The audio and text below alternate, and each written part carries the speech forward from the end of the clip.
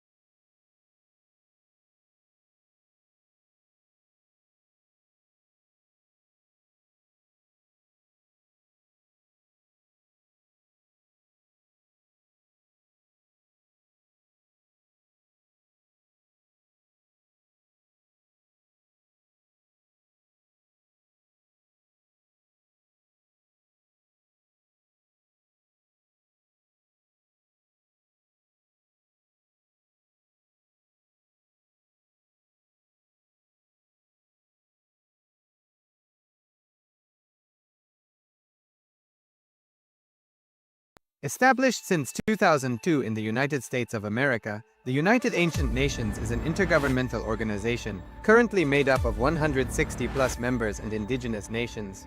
The UAN and its work are guided by the purposes and principles contained in its founding charter. The UAN is a manifestation of the profound connection amongst indigenous peoples across the world, including African, Andean, American, European, Caribbean, Oceanic, and Asian regions, rooted in shared wisdom, sustainable practices, and deep reverence for the earth. The United Ancient Nations serves as an international cultural and diplomatic organization focused on uniting indigenous cultures globally. Our governance structure is council-based without territorial claims, led by a collective leadership through our General Secretariat. As a non-state entity with UN-style advocacy, we focus on several key areas: cultural and digital heritage preservation, indigenous diplomacy, revival of indigenous knowledge systems to solve humanity's problems, global peace, environmental preservation, health and wellness, sustained economic development, indigenous and cultural tourism. While the UAN represents numerous indigenous cultures, the United States of Kalasa serves as the first indigenous nation specifically for Hindus. Kalasa's mission is focused on the revival of the ancient enlightened Sanatana Hindu civilization, with a formal governance structure including a head of state, ministers, and ambassadors. Under the leadership of SPH, Supreme Pontiff of Hinduism, Bhagavan Nityananda Paramashivoham, Kalasa has achieved recognition as a sovereign subject of international law, possessing distinctive attributes of juridical statehood. The United States of Kalasa is the main sponsor of the proposed UAN headquarters. This initiative would bring forth an estimated $100 million in revenue for the host country through summits, conferences, tourism, and development projects. The proposed UAN headquarters would represent the world's indigenous nations and peoples through its architectural design. It would blend the best of all worlds, featuring top modern architecture, the highest green building standards, and ancient Vastu architectural principles. This headquarters would serve as a central hub for indigenous diplomacy, cultural preservation, and collaborative efforts towards sustainable development and global peace. Through this initiative, we aim to create a dignified platform for indigenous leadership rooted in ancestral wisdom, cultural legitimacy, and collaborative innovation, enhancing global dialogue and regional stability. The establishment of the UAN headquarters would position a host country at the forefront of a global movement promoting indigenous wisdom while creating significant economic opportunities for the nation and its people.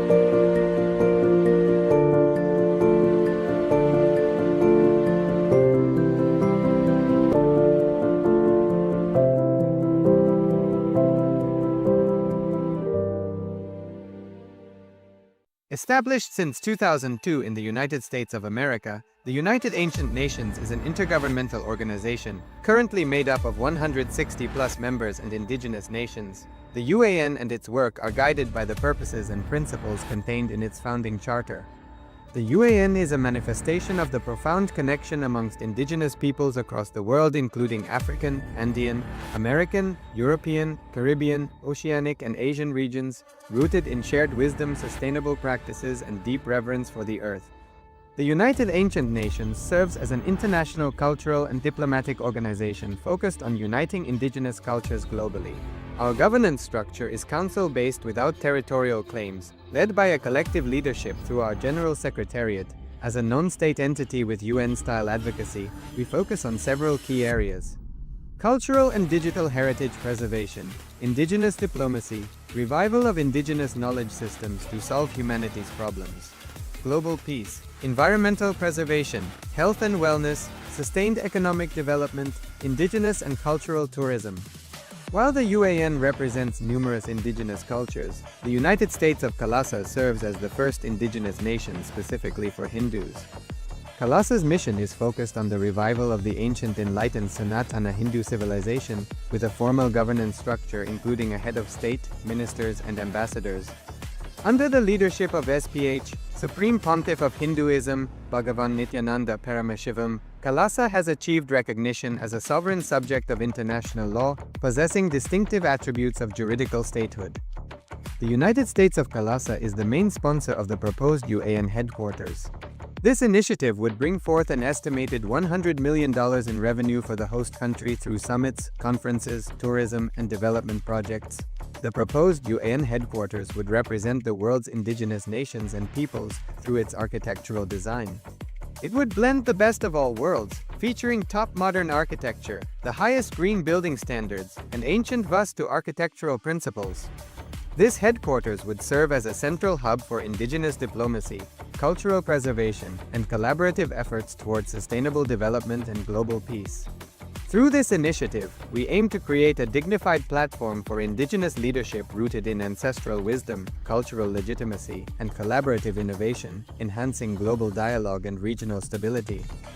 The establishment of the UAN headquarters would position a host country at the forefront of a global movement promoting indigenous wisdom while creating significant economic opportunities for the nation and its people.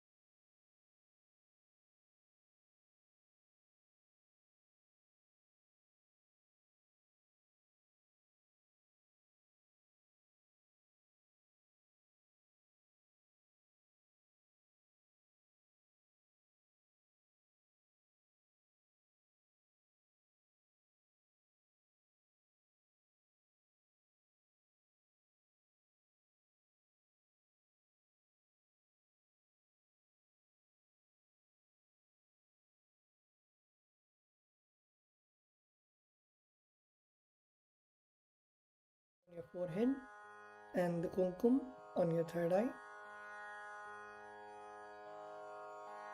Please make sure that you're having all the puja items ready in front of you.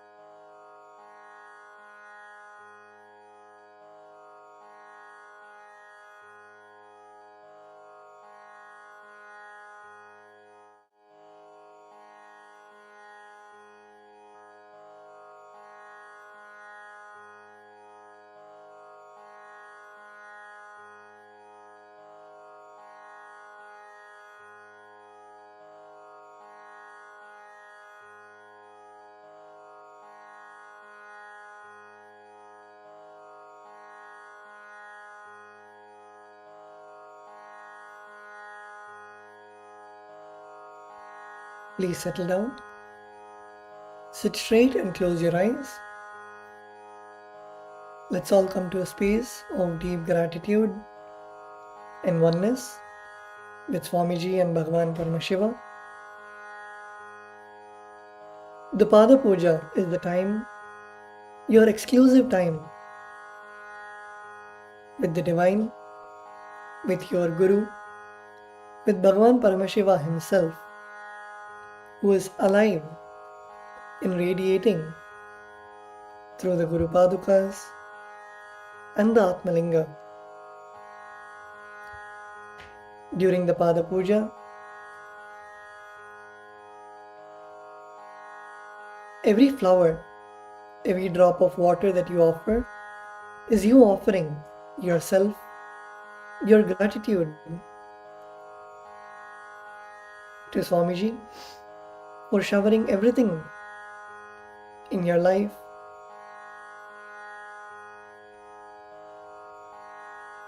Cherishing that space of Guru Bhakti, oneness with the Master.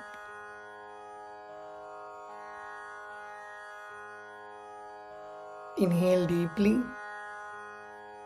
and exhale. Feel Swamiji's presence in your inner space and in the space around you. Feel Swamiji's presence in the Guru Padukas, the embodiment of the Guru, a living independent energy.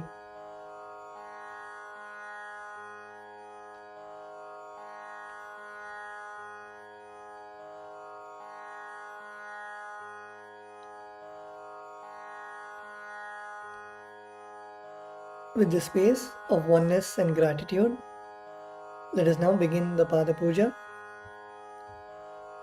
We request all the participants to declare the following with integrity and authenticity. If you agree to this, please say yes loudly. I authentically cognize, which is internally process, understand, and declare the truth that cosmic energy exists. Yes. I authentically cognize, which is internally process, understand, and declare the truth that Swamiji, Bhagavan Nityanandeshwara Paramashiva, Devi Nityanandeshwari Paramashiva Shakti, the Guru Padukas and the Atmalinga are Chinmaya Vigrahas, embodiments and representations of that very cosmic energy. Yes, I authentically cognize, which is internally process, understand and declare the truth that whatever I offer during the Pada Puja and Paramashiva Puja will reach the cosmic source of energy directly. Yes, I authentically cognize, which is internally process, understand and declare the truth of Soham Asmi, that even when I worship, I am Him. Yes. Let us now enter into the Sadguru Vandanam. In the Sadguru Vandanam, we offer our gratitude to our Guru, our beloved Swamiji. The meaning of the mantra we will now be chanting is, I surrender to that Sadguru who is the eternal bliss, the bestower of supreme happiness, the one who is the embodiment of wisdom, who is beyond duality, who is omnipresent, to whom the supreme goal is giving the enlightenment experience, who is eternal, pure and unshakable, who is the silent spectator of all thought processes, who is beyond emotions, and the one who is without the three qualities called Sattva, Rajas and Tamas. Now please take some flowers in your hands, place your hands in the Atmanjali Mudra, close your eyes and offer the flowers at Swamiji's Padukas at the end of the mantra. Nityanandam Paramasukadam Kevalam Jnanamurtim Vandvatitam Gagana Sadrisham Tattvamasyaadilaksham Ekam Nityam Vimalamachalam Sarvadhi Sakshi Bhutam Bhavatitam Trigunarahitam Sadgurum Tam Namami.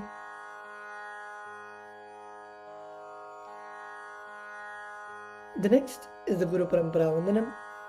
In the Guru Parampara Vandanam, we offer our gratitude to the lineage of all the Gurus, the enlightened masters. The meaning of the mantra we are now going to chant is, I surrender to the lineage of all the enlightened masters, which has Bhagavan Nityanandeshwara Paramashiva as the beginning, Devi Nityanandeshwari Paramashiva Shakti as the middle, and my Guru, Bhagavan Nityananda Paramashivam as the end. Now please take some flowers in your hands and close your eyes and offer the flowers at Swamiji's Padukas at the end of the mantra. Nityanandeshwara Paramashiva Samarambham Nityanandeshwari Paramashiva Shakti Madhyamam Nityananda Pariyantam Vande Guru Paramparam. The next offering is Arunagiri Yogeshwara Vandanam. In the Arunagiri Yogeshwara Vandanam, we offer our respects and gratitude to Bhagavan Arunagiri Yogeshwara, who is the incarnation of Paramashiva. The meaning of the mantra we are now going to chant is, the Arunagiri Yogeshwara, who is the Lord of all beings, who has the sacred musk paste applied on his forehead, who has the glittering stick, who has worn a loin cloth on his glittering hip, who has worn the Datura flower, the king cobra, and a crescent moon on his forehead. That Arunagiri Yogeshwara's presence happens. Now please take some flower in your hands and close your eyes and offer the flower at Swamiji's Padukas at the end of the mantra. Lalate Tripundri Nitilakrita Kasturi Tilakaha Spuranmala Dhara Spurita Katikopi Navasanaha Nadhano Dustaram Shirasi Bhanirajam Shashikalam Pradipas Sarvesham Arunagiri Yogi Vijayate.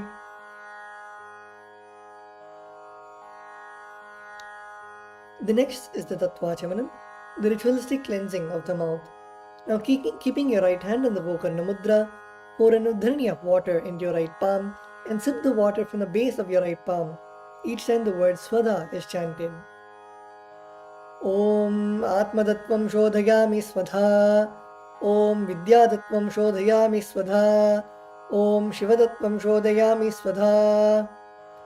With the base of your right hand thumb, wipe your lips twice from the right to the left. Om Ham Hridayaya Namaha. Wash your hands with an udharani of water. With the tips of your right hand index, middle and ring fingers touch above your upper lip and below your lower lip. Wash your hands with an udharani of water. With the tips of your right hand index finger and thumb joined together, touch your right nostril and the left nostril. With the tips of your right hand ring finger and thumb joined together, touch your right eye, right ear and left ear. Wash your hands with an udharani of water. With the tips of your little finger and thumb joined together, touch your navel center, right chest and left chest. With all 5 fingers joined together, touch the top of your head, right shoulder, left shoulder and your heart center. Wash your hands with an udharani of water. The next is the mantra of Shuklambaradharam. We chant this mantra invoking the energy of Mahaganapati, the remover of obstacles. The meaning of the mantra we are now going to chant is, I meditate upon the Lord Ganesha, who is clad in white garments, who is all-pervading, who is as bright-colored as the moon, who has a smiling, pleasant face, having 4 shoulders and hands, and who is the remover and pacifier of all obstacles. Now please take the akshata and turmeric mixed rice and a flower in your right hand. Keep both your hands as fists and tap the sides of your forehead along with the mantra. Shuklam Baradharam Vishnum Shashivarnam Jaturbhujam Prasannavadanam Dhyayet Sarva Vignopashantage. The next is the pranayama, the regulation of the prana, the life energy. Now continue to keep the akshata in your right hand. Open your little finger, ring finger and thumb. Inhale through the left nostril by closing your right nostril. Hold your breath by closing both your nostrils. And exhale through the right nostril while we chant the Samhita mantras. Om Hom Ishanamurdhaya Namaha, Om Him Tat Purushavattraya Namaha, Om Hom Bhagor Hridayaya Namaha, Om Him Vamadevagukhyaya Namaha, Om Him Satyojatamuurtaya Namaha, Om Ham Hridayaya Namaha, Om Him Shirase Namaha, Om Hum Shikaya Namaha, Om Him Kavachaya Namaha, Om Hom Netrebhyo Namaha, Om Hastraya Namaha, Om Hom Ishanamurdhaya Namaha, Om Him Tat Purushavattraya Namaha, Om Hom Bhagor Hridayaya Namaha, Om Him Vamadevagukhyaya Namaha, Om Him Satyojatamuurtaya Namaha, Om Ham Hridayaya Namaha, Om Him Shirase Namaha, Om Hum Shikaya Namaha, Om Him Kavachaya Namaha, Om Hom Netrebhyo Namaha, Om Hastraya Namaha, Om Hom Ishanamurdhaya Namaha, Om Him Tat Purushavattraya Namaha, Om Hom Bhagor Hridayaya Namaha, Om Him Vamadevagukhyaya Namaha, Om Him Satyojatamuurtaya Namaha, Om Ham Hridayaya Namaha, Om Him Shirase Namaha, Om Hum Shikaya Namaha, Om Him Kavachaya Namaha, Om Hom Netrebhyo Namaha, Om Hastraya Namaha. The next is the Sankalpa mantra, the conscious resolution. When you make a conscious resolution in the presence of the Master, the power of the Master's presence will simply manifest it as reality. Please close your eyes. Visualize the Sankalpa that you want to manifest for today. It can be health, wealth, relationships, the ultimate power manifestation, feeling connection with the Master, and merging into oneness with the Master himself. Whatever is your prayer, keep it in your inner space. Visualize it already becoming reality in your inner space.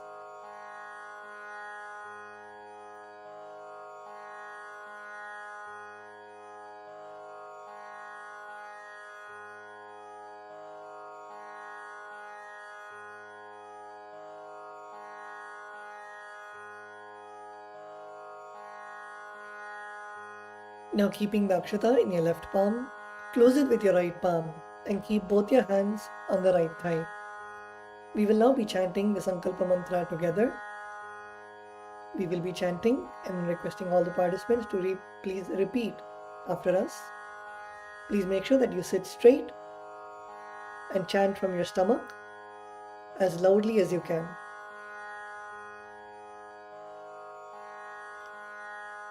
Om Mamopata Om Mamopata Samasta Samasta Durita Durita Kshayadvara Kshayadvara Bhagavat Shri भगवत् Shri Nityanand Paramshiva Nityanand Paramshiva प्रीत्यर्थम प्रीत्यर्थम Shri नित्यानंदेश्वरी Shri नित्यानंदेश्वरी Paramshiva शक्ति परमशिव शक्ति समेत समेत श्री नित्यानंदेश्वर श्री नित्यानंदेश्वर परमशिव परमशिव प्रीत्यर्थम प्रीत्यर्थम शुभे शुभे शोभने शोभने मुहूर्ते मुहूर्ते आद्य ब्रह्मणः आद्य ब्रह्मणः द्वितीय द्वितीय परार्धे परार्धे श्री श्वेतवराह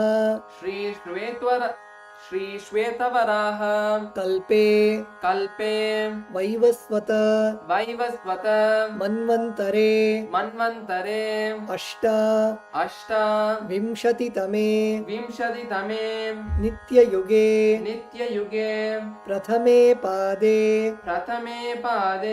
जम्बूद्वीपे जम्बूद्वीपे भारतवर्षे भारतवर्षे भरतखण्डे भरतखण्डे मेरोः दक्षिणे दक्षिणे पार्श्वे शकाब्दे शकाब्दे अस्मिन् वर्तमाने व्यवहारिके प्रभवादीनां षष्ट्याः संवत्सराणां मध्ये विश्वावसु नाम संवत्सरे दक्षिणायने लक्ष्मी वेंकटेश्वर ऋतौ सिंहमासे शुक्लपक्षे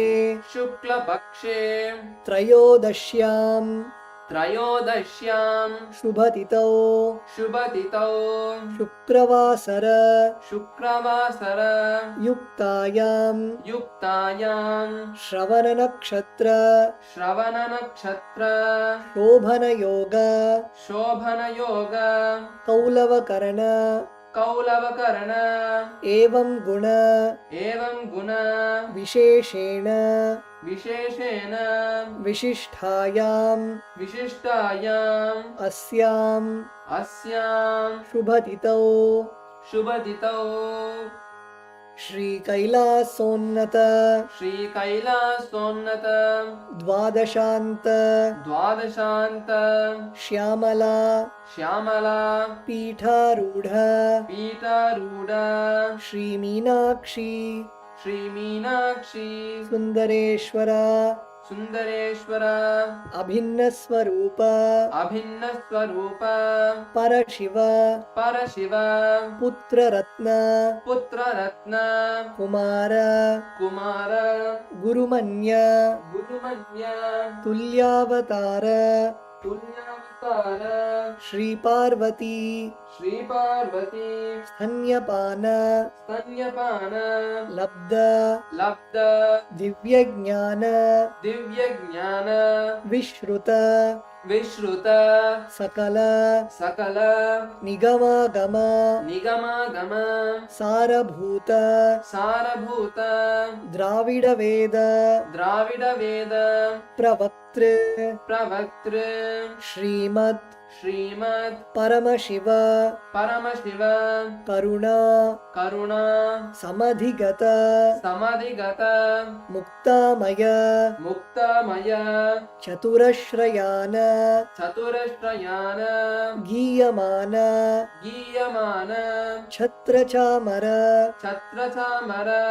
श्रीचिह्न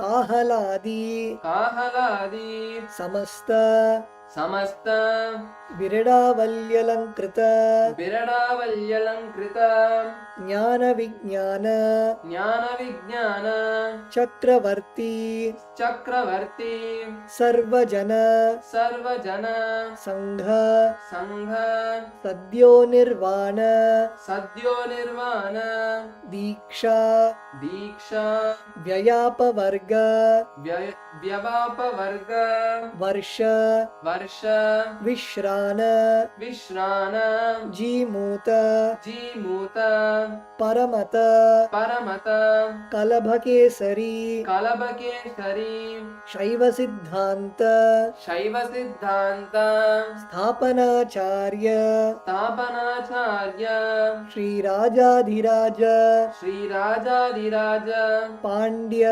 पांड्य महाराज गुरु महाराज गुरु क्षपन क्षपन शाक्यादि शाक्यादि महांधकार महांधकार निवारण निवारण ज्ञानभानु ज्ञानभानु वीक्षणानर्हार्ह वीक्षणानर्हार ध्वजोच्छेदन ध्वजोच्छेदन पूर्वक पूर्वक श्रीमत् श्रीमत् वृषभध्वज वृषभध्वज स्थापक स्थापक शैव समय शैव समय कर्तृ कर्तृ सर्वज्ञपीठारूढ़ सर्वज्ञपीठारूढ़ श्रीजगद्गुरु श्रीजगद्गुरु श्रीज्ञानसम्बन्ध श्रीज्ञानसम्बन्ध देशिक देशिक स्वामी स्वामी वागीशसुन्दर वागीशसुन्दर माणिक्यवाचक माणिक्यवाचक स्वामिनां स्वामिनाम् अवतारभूत अवतारभूत श्रीज्ञानसम्बन्ध श्रीज्ञानसम्बन्ध स्वामी स्वामी पुनरुद्धृत पुनरुद्धृत श्यामलापीठ श्यामलापीठ सर्वज्ञपीठ सर्वज्ञपीठ तृणवत्युत्तर तृणवत्युत्तर द्विशततम द्विशततम गुरुमहासन्निधान गुरुमहासन्निधान अरुणगिरियोगीश्वर अरुणगिरियोगीश्वर परम्परागत परम्परागत अरुणाचल अरुणाचल सर्वज्ञपीठ सर्वज्ञपीठ गुरुमहासन्निधान गुरुमहासन्निधान कैलास कैलास परम्परागत परम्परागत कांची कांची कैलास कैलास सर्वज्ञपीठ सर्वज्ञपीठ त्रयस्त्रिंशत् त्रयस्त्रिंशत् उत्तर उत्तर द्विशततम द्विशततम गुरुमहासन्निधान गुरुमहासन्निधान नित्योत्सव नित्योत्सव नित्यमंगल नित्यमंगल नित्यकल्याण नित्यकल्याण नित्यरजित नित्यरजित कैलास कैलास परम्परागत परम्परागत आदिकैलास आदिकैलास नित्यानन्दपीठ नित्यानन्दपीठ महासंस्थान महासंस्थान महासिंहासन महासिंहासन पीठकर्तृ पीठकर्तृ साक्षात् साक्षात् श्री परमशिव श्री परमशिव समुद्भूत समुद्भूत कैलास कैलास परम्परागत परम्परागत वैवस्वत वैवस्वत मनु मनु इक्ष्वाकु इक्ष्वाकु हरिश्चंद्र हरिश्चंद्र भगीरथ भगीरथ श्रीरामचंद्र श्रीरामचंद्र शूरसेन शूरसेन इत्यादि इत्यादि अनवच्छिन्न अनवच्छिन्न सार्वभौम सार्वभौम चक्रवर्ती चक्रवर्ती परम्परागत परम्परागत चतुष्षष्टि चतुष्षष्टि योगिनी योगिनी मंडित मंडित चतुष्षष्टि चतुष्षष्टि संप्रदाय संप्रदाय प्रवर्तक प्रवर्तक मनुधर्म मनुधर्म शासन शासन सूर्यवंश सूर्यवंश प्राप्त प्राप्त सर्वज्ञपीठ सर्वज्ञपीठ सुरांगी सुरांगी साम्राज्य साम्राज्य मूर्धाभिषिक्त मूर्धाभिषिक्त चूड़ामणि. चूड़ामणि. Requesting all the participants to please chant loudly from your navel center. साक्षात् साक्षात् श्री परमशिव श्री परमशिव समुद्भूत समुद्भूत कपिल कपिल महागुरु महागुरु पुनरुद्धृत पुनरुद्धृत महानिर्वाणी महानिर्वाणी पीठ पीठ अष्टोत्तर अष्टोत्तर सहस्रश्री सहस्रश्री महामंडलेश्वर महामंडलेश्वर साक्षात् साक्षात् श्री परमशिव श्री परमशिव समुद्भूत समुद्भूत श्री महागणपति श्री महागणपति समारंभ समारंभ अनवच्छिन्न अनवच्छिन्न पीठाधीश्वर पीठाधीश्वर गुरुपरंपरा गुरुपरंपरा प्राप्त प्राप्त अटल पीठ अटल पीठ अष्टोत्तर अष्टोत्तर सहस्रतम सहस्रतम अष्टोत्तर अष्टोत्तर सहस्रश्री सहस्रश्री अटल अटल पीठाधीश्वर पीठाधीश्वर धर्म मुक्ति धर्म मुक्ति स्वर्गपुर स्वर्गपुर स्वर्णपीठ स्वर्णपीठ त्रयोविंश त्रयोविंश गुरुमहा गुरुमहा सन्निधान सन्निधान कैलास कैलास परंपरागत परंपरागत आदिपीठ आदिपीठ सर्वज्ञपीठ सर्वज्ञपीठ जगद्गुरु जगद्गुरु श्री कैलास श्री कैलास पुनरुद्धारक पुनरुद्धारक श्री कैलास श्री कैलास परमाचार्य परमाचार्य श्रीमत् श्रीमद् परमहंस परमहंस परिवराजक परिवराजक आचार्य आचार्य वर्य वर्य सच्चिदानंद सच्चिदानंद प्रणवस्वरूप प्रणवस्वरूप श्रोत्रिय श्रोत्रिय ब्रह्मनिष्ठ ब्रह्मनिष्ठ श्रीमद् श्रीमद् जगद्गुरु जगद्गुरु श्रीलश्री श्रीलश्री भगवच्छ्री भगवच्छ्री नित्यानंद परमशिव नित्यानंद परमशिव श्री ज्ञान संबंध श्री ज्ञान संबंध देशिक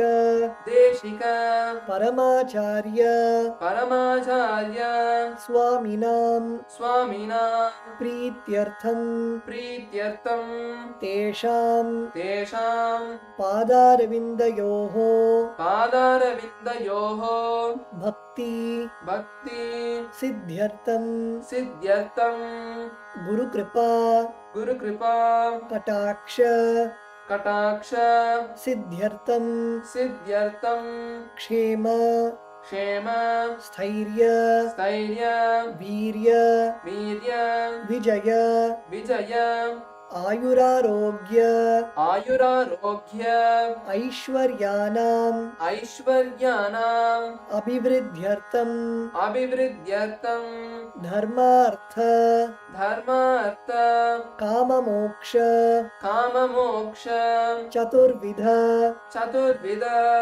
फलपुरुषार्थ फलपुरुषार्थ सिद्ध्यर्थं सिद्ध्यर्थं समस्त समस्त दुरितोप दुरितोप शान्त्यर्थं शान्त्यर्थं समस्त समस्त मंगल मंगल अवाप्त्यर्थं अवाप्त्यर्थं भगवच्छ्री भगवच्छ्री नित्यानंद परमशिव नित्यानंद परमशिव प्रसादेन प्रसादेन सकुटुम्बस्य सकुटुम्बस्य ज्ञानवैराग्य ज्ञानवैराग्य जीवन्मुक्ति जीवन्मुक्ति प्राप्त्यर्थं प्राप्त्यर्थं श्रीनित्यानन्देश्वरी श्रीनित्यानन्देश्वरी परमशिवशक्ति परमशिवशक्ति समेत समेत श्रीनित्यानन्देश्वर श्रीनित्यानन्देश्वर परमशिव परमशिव अवतारभूत अवतारभूत श्री सर्वदेवदेवी श्री सर्वदेवदेवी स्वरूप स्वरूप भगवच्छ्री भगवच्छ्री नित्यानंद परमशिव नित्यानंद परमशिव प्रत्यक्ष प्रत्यक्ष पादपूजां पादपूजां करिष्ये करिष्ये श्रीनित्यानन्देश्वरी श्रीनित्यानन्देश्वरी परमशिवशक्ति परमशिवशक्ति समेत समेत श्रीनित्यानन्देश्वर श्रीनित्यानन्देश्वर परमशिव परमशिव पूजां करिष्ये पूजां करिष्ये ॐ ॐ अप उप स्पृश्य स्पृश्य Please wash your hands with an udharni of water.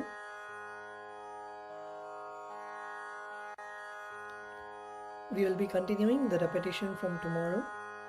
The next is the Ghantanada.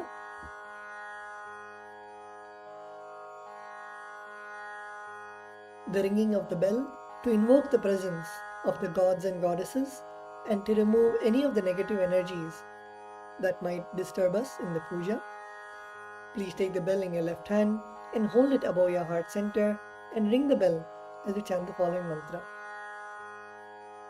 Om Agamarthantu Devanam Gamanarthantu Rakshasam Ghantanadam Karom Yado Devata Hwanalancham Ghanta Devatabhyo Namaha. The next is the Manasa Puja, the internal worship. Now please close your eyes. Visualize the meaning of the mantra that we will now be chanting. The meaning of the mantra we will now chant is, what seed can I offer to the Master except my heart? I offer the gratitude flowing as nectar to wash his feet and to rinse his mouth. I offer my mind itself as the arghya, the bouquet. To my Master, who is the very cosmos, what clothing can I offer except the space? I offer my very prana, the life energy, as the incense, and I offer the ocean of nectar as the food offering. I offer the principle of unstruck perennial sound as the bell, and the air as the chamara, the fan, the sahasrara as the umbrella, and the principle of sound as the music, the actions of the senses, and also the vagaries of the mind as the dance. I offer all the 7 chakras along with the Shushumna Nadi as a flower garland. The different kinds of flowers with which the Guru should be worshipped are the guilelessness, freedom from the ego, freedom from suffering when your desires are not fulfilled, freedom from arrogance, freedom from ignorance, freedom from deceit, freedom from hatred, freedom from agitation, freedom from jealousy and greed. And I also worship the Guru with the flowers of non-violence, mastery over the senses, compassion, forgiveness, and enlightenment. Now please take some flowers in your hands and place your hands in the Kurma Mudra as shown by the Acharya on the screen.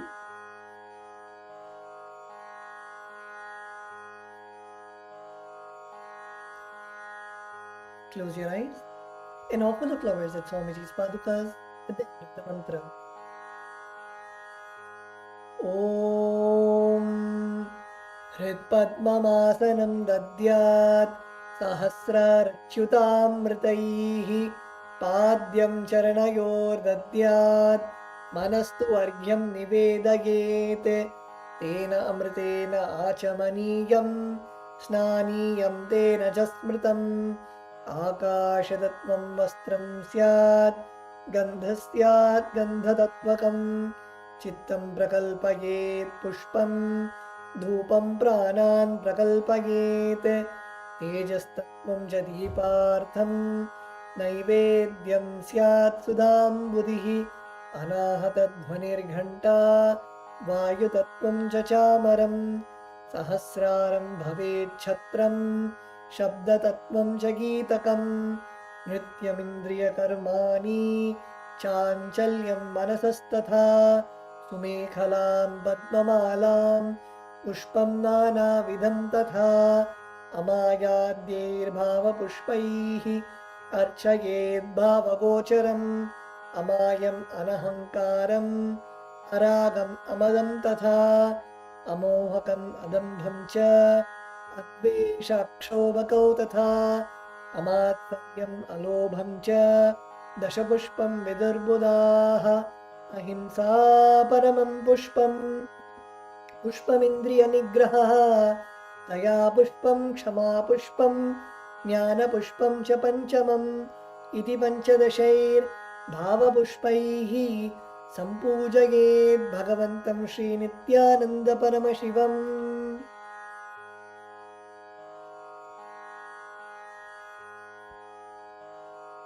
The next is the offering of the Upachara Puja. The first is the offering of Asana, the offering of seat to the Master. Now please take the meaning of the mantra we are now going to chant is, O the one who resides in all the beings, the one who is the very soul of all beings, I offer the seat to you. I surrender, I surrender. Now please take some flowers and akshata in your hands and offer it at Swamiji's padukas along with the mantra. Asanam Om Sarvabhutantarasthaya Sarvabhutantaratmane Kalpayam Yupaveshartham Asanam Te Namo Namaha. Om Hrim Idam Suvarnasanam Sarvadeva Devi Swarupaya Bhagavate Shri Nityananda Paramashiva Namaha.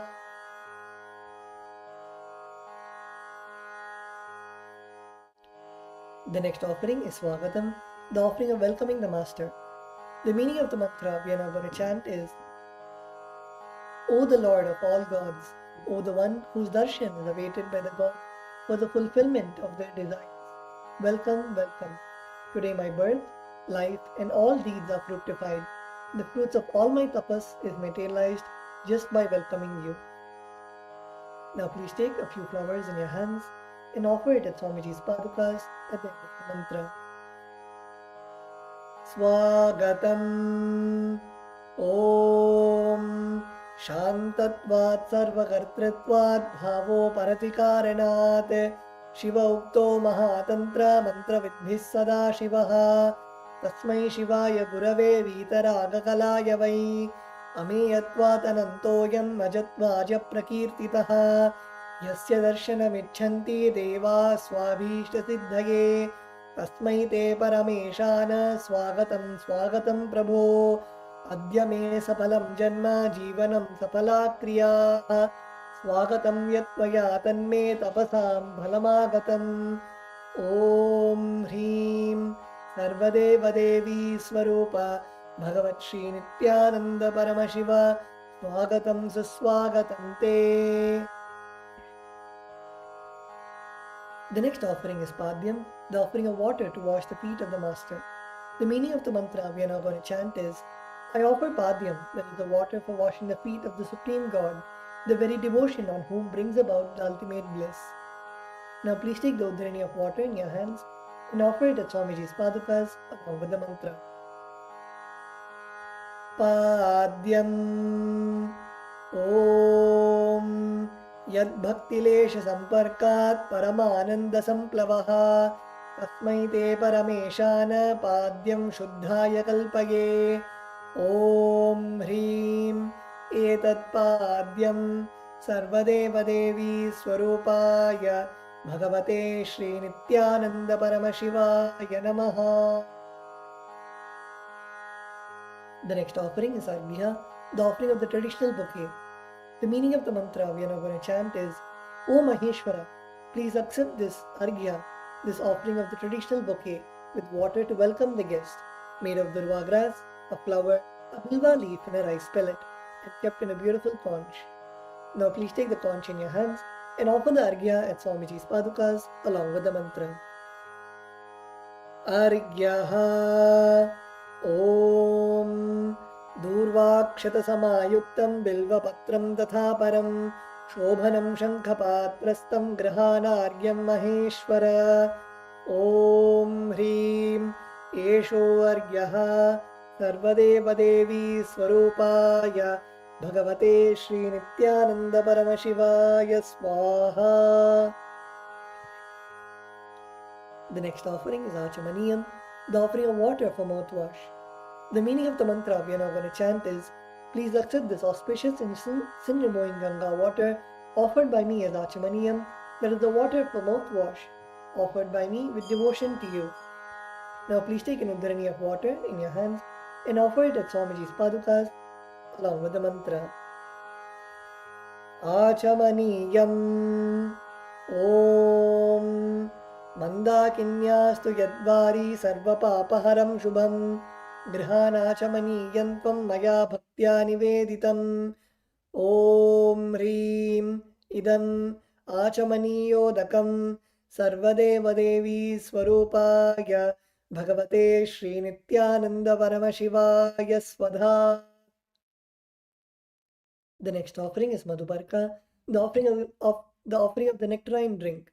The meaning of the mantra we are now going to chant is, for the destruction of all negativities, I offer this Madhubarka, this drink which is full of nectar.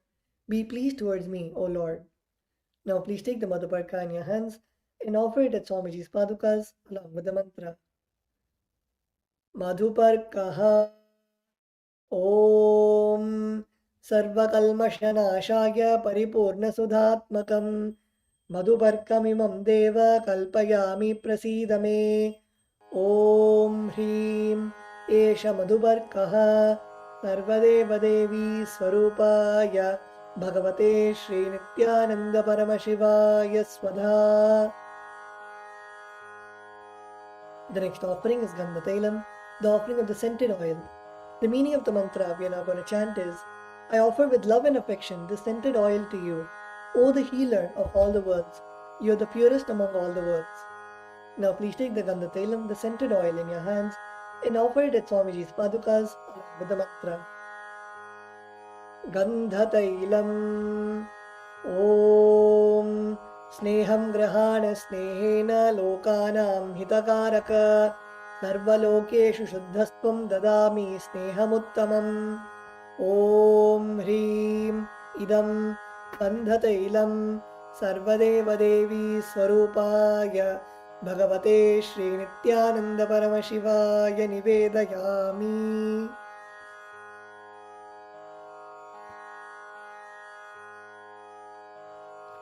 The next offering is Snaniyam, the offering of water for the sacred bath. The meaning of the mantra we are now going to chant is, please accept this cool, pure and clear water which is capable of seizing my mind for your sacred bath offered by me with devotion to you. Now please take an udharani of water in your hands and offer it at Swamiji's padukas along with the mantra, and please ring the bell if you do so. Snaniyam Om Idam Shushitalam Vari Shocham Shuddham Manoharam Snanartham Te Maya Bhaktya Kalpitam Pratigrihyatam Om Hrim Idam Snaniyodakam Sarvadevadevi Swarupaya Bhagavate Shri Nityananda Paramashivaya Nivedayami. The next offering is Vastram, the offering of the sacred cloth.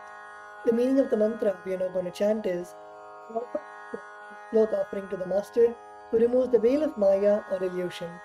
The Master, who is the true light of enlightenment, who does not have a veil of Maya, the space is the dress. Now please take the offering of clothes in your hands and offer it at Swamiji's padukas along with the mantra.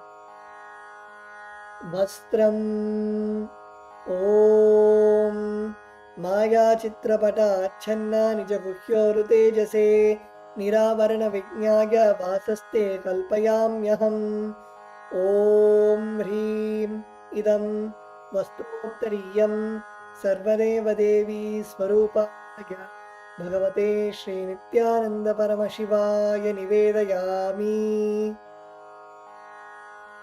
The next offering is Abharanam, the offering of the sacred jewelry. The meaning of the mantra we are now going to chant is, I offer this golden ornament to you, Master, who by the very nature has a gracefully beautiful body and who is the repository of all powers. May you be pleased. Now please take the jewelry in your hands and offer it at Swamiji's padukas along with the mantra. Abharanam Om Swabhavasundaraangaya Nana Shaktyashrayayate Suvarnam Bhushanam Tubhyam Kalpayami Prasidame Om Hrim Idam Suvarnabharanam Sarvadeva Devi Swarupaya Bhagavate Shri Nityananda Paramashivaya Nivedayami. The next offering is Gandha, the offering of the sandalwood paste. The meaning of the mantra we are now going to chant is, I neither know what your body is, nor do I know what your actions are. Please accept and smear the sandalwood paste offered by me. Now please take the sandalwood paste in your hands and offer it at Swamiji's padukas along with the mantra.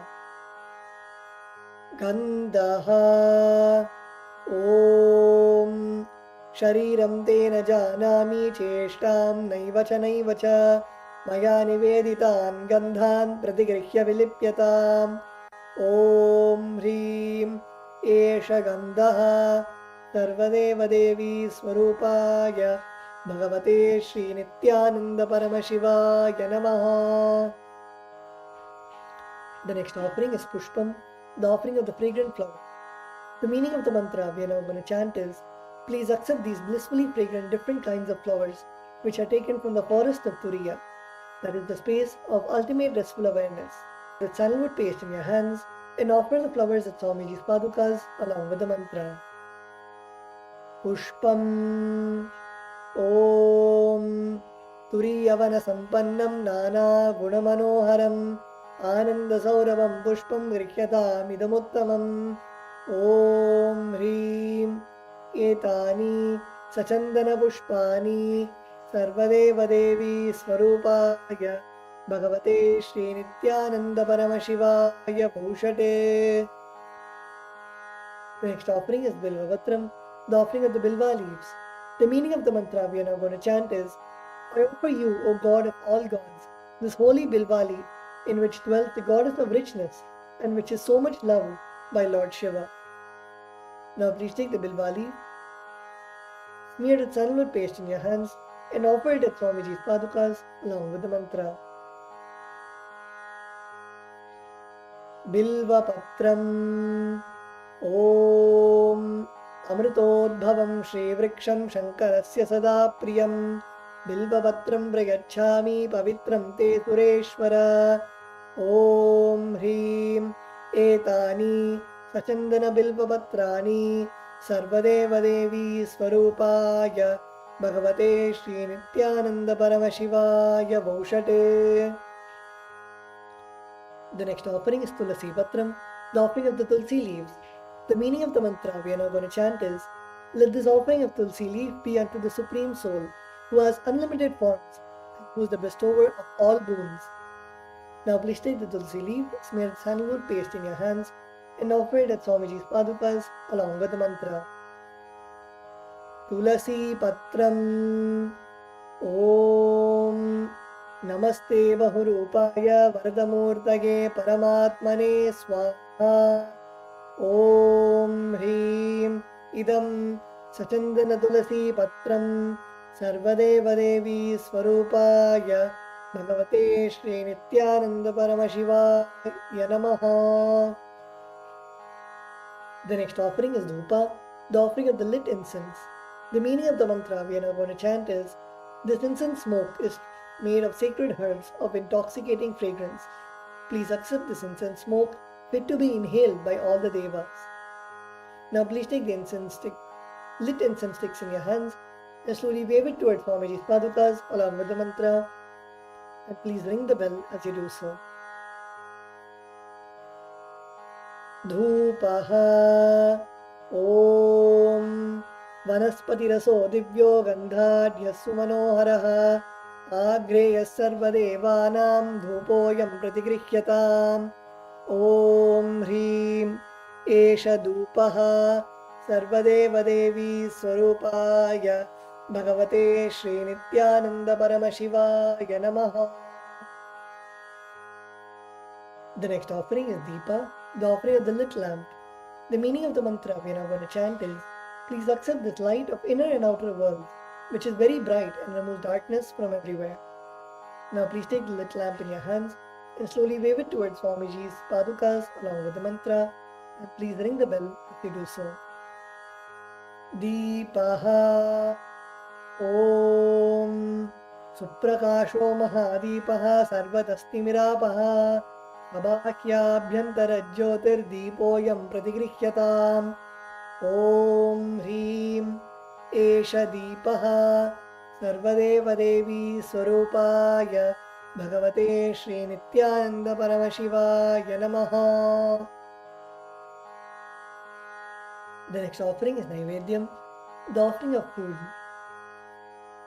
The meaning of the mantra we are now going to chant is, these different kinds of food offerings are prepared from sweetener and other ingredients.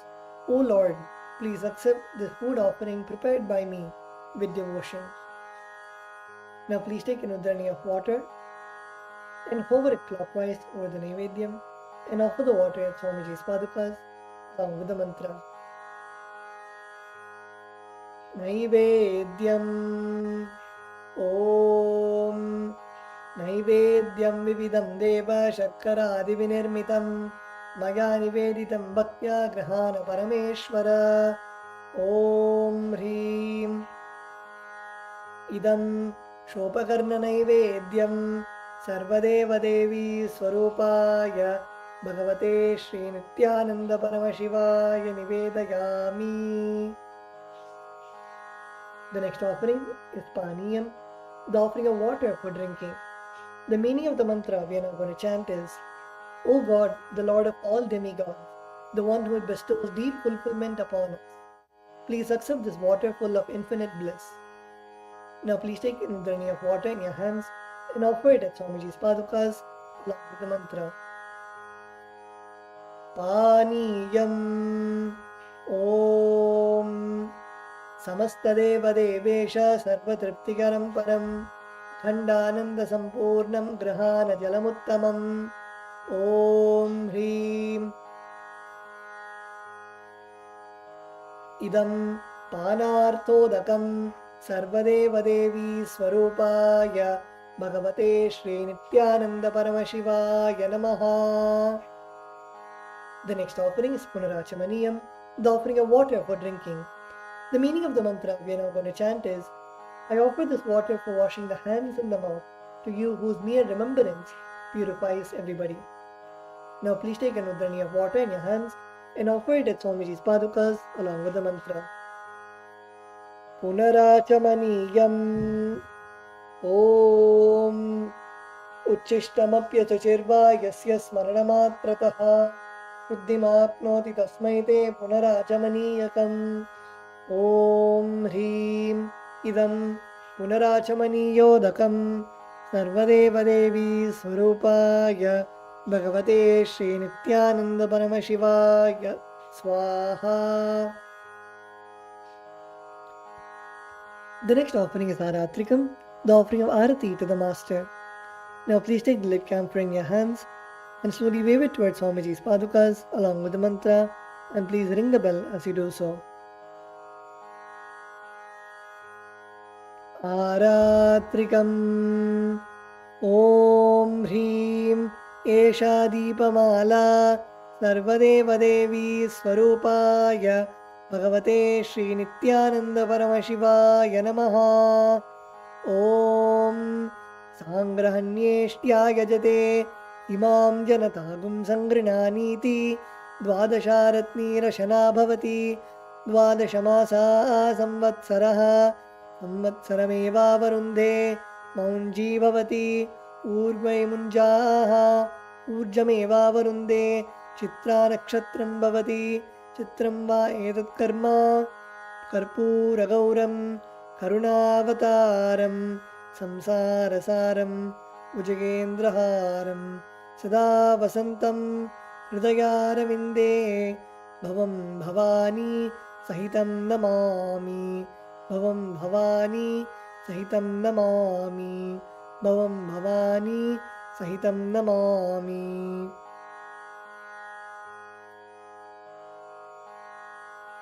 आरात्रिकं समर्पयामि भगवत् श्री नित्यानन्द परमशिव चरणकमलेभ्यो नमः।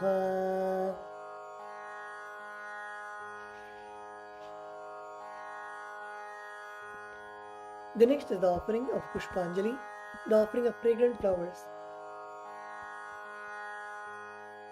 The meaning of the mantra we are now going to chant is: Guru is the Brahma, who is the source of creation of the universe, Vishnu, who is the source of sustenance of the universe, and Shiva, who is the source of rejuvenation of the universe. The Guru is all the three put together in a single form. I surrender to that Guru. I surrender to the Guru, who is omnipresent, also who has given me a glimpse of his experience. I surrender to the Guru, who has with the brush of wisdom opened my eyes blinded by ignorance. I surrender to the Guru, who by giving the knowledge about the self has burnt my karmic baggage of so many births. I surrender to the Guru, who is the Lord of the cosmos, who is the Guru of the cosmos. My soul is the same soul which is in all the beings. I surrender to Bhagavan Dakshinamurti, the primal Guru, who manifests himself differently in the form of Ishvara, Guru, and Atman, or the Self.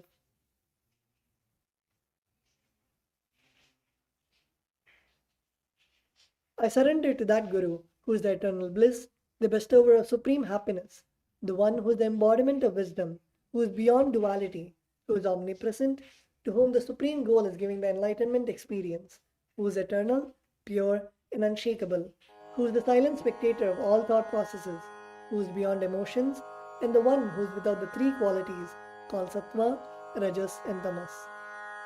Now please take a few flowers in your hands, close your eyes, and offer the flowers at Swamiji's Padukas at the end of the mantra. Pushpanjalihi Gurur Brahma Gurur Vishnu Gurur Devo Maheshwaraha Gurur Sakshat Param Brahma Tasmai Shri Gurave Namaha. Akhanda Mandala Akaram Vyaptam Yena Characharam Tatpadam Darshitam Yena Tasmai Shri Gurave Namaha. Ajnanatimirandasya Jnananjanashalakaya Chakshurunmilitam Yena Tasmai Shri Gurave Namaha. Aneka Janma Samprapta Karma Bandha Vidahine Atmajnana Pradhanena Tasmai Shri Gurave Namaha. Mannatha Shri Jagannatho Madguru Shri Jagadguruho Mamatma Sarvabhutatma Tasmai Shri Gurave Namaha. Ishvaro Gururatmeti Murti Bheda Vibhagine Yomavadvyapta Dehaya Dakshinamurtaye Namaha.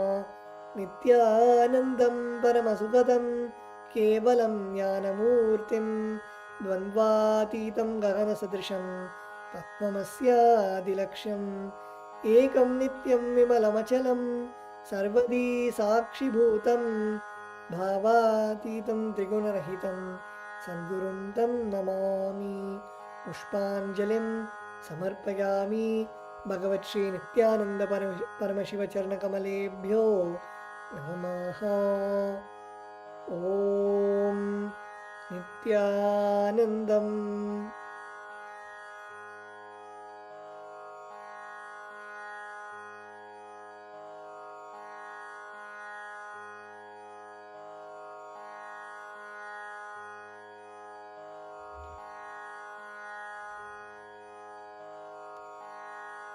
The next is the offering of the Paramashiva Puja, that is beginning with the Tattvachamanam, the ritualistic cleansing of the mouth. Now keeping your right hand in the Gokarna Mudra, pour an Uddhani of water into your right palm and sip the water from the base of your palm each time the word Swada is chanted. Om Atmadattvam Shodhayami Swadha, Om Vidyadattvam Shodhayami Swadha, Om Shivadattvam Shodhayami Swadha. Next, once rinse your hands and with the base of your thumb wipe the upper and lower lip twice from the right to left. Om Ham Hridayaya Namaha. Next, with the index finger, ring finger and middle finger touch above the upper lip, below the lower lip. Rinse your hands. Next, with the index finger and thumb touch the right nostril, the left nostril. With the ring finger and thumb touch the right eye, right ear, left ear. Once again, rinse your hand. Next, with the little finger and thumb touch the navel, the right chest, the left chest, and with all the fingertips touch the navel, touch above the head, the right shoulder, the left shoulder, and the heart center. Once again, rinse your hand. Next, we'll be entering into the Sakali karnam, where we are going to be invoking Paramashiva into every part of our body. So let us begin. Bring your left hand and wipe the front and back of your right palm once, and then with your right hand wipe the front and back of your left palm twice. Om Ha Astraya Namaha. Next, bring your hands into the Namaskar Mudra in front of your third eye. Shaktaye Vaushate. Open your palms facing in front of you and touch the center of your palms with your thumb. Om Ham Shivasana Namaha. Om Ham Shivamurtanye Namaha. Now touch the tip of your little finger and slide your thumb down to the base of the finger. Om Hom Satyojātamurtaye Namaha. Touch the tip of your ring finger and slide your thumb down. Om Him Vamadeva Guhyaya Namaha. Touch your thumb to the middle finger and slide your thumb down to the base of the finger. Om Hom Agor Hridayaya Namaha. Touch the tip of your index finger and slide your thumb down to the base of the finger. Om Hem Tatpurushavattraya Namaha. Now touch your index finger to the tip of the thumb and slide your index finger down to the base of the thumb. Om Hom Ishanamurdaya Namaha. Now touch the center of your palms with your thumb. Om Ham Hom Vidyadehaya Namaha. Now bend your index, middle and ring fingers and touch the center of your palm, bringing your hands in front of the three eyes. Om Hom Netrebhyo Namaha. Open the fingers and touch the center of the palm. Om Ham Hom Shivaya Namaha. Now with the thumb, touch the tip of the little finger and slide the thumb down to the base of the finger. Om Ham Hridayaya Namaha. Touch the tip of the ring finger and slide the thumb down to the base of the ring finger. Om Him Shirase Namaha. Touch the tip of the middle finger and slide the thumb down to the base of the finger. Om Hum Shikaye Namaha. Touch the tip of the index finger and slide the thumb down to the base of the finger. Om Haim Kavachaya Namaha. Touch the tip of the thumb with the index finger and slide the index finger down to the base of the thumb. Om Hastraya Namaha.